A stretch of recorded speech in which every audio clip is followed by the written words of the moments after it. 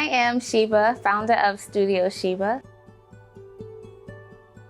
We are an international home decor boutique, and now we offer workshops where we immerse people into Turkish culture. You come and we transport you to another place. You sit down with your Mosaic kit and I instruct you step by step, and you leave with something beautiful, something that you can plug into the wall and look at every day and remember the experience you had with us. I was inspired to create Studio Sheba because I'm just a person that enjoys culture, people, and experiences. I taught English as a second language in Morocco.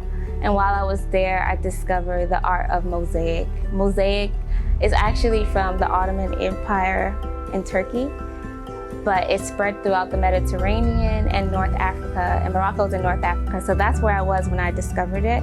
And then later on, my family and I, we took a trip to Turkey, and I was able to talk to the artisans, and they taught me the different meaning behind the patterns, the origin. It was just a totally inspiring experience, and I thought to myself, I want to bring this back to the West. So the brand is Studio Sheba, a piece of the East. It's like I'm bringing a piece of the East back to the Western world, and we do it through immersive workshops.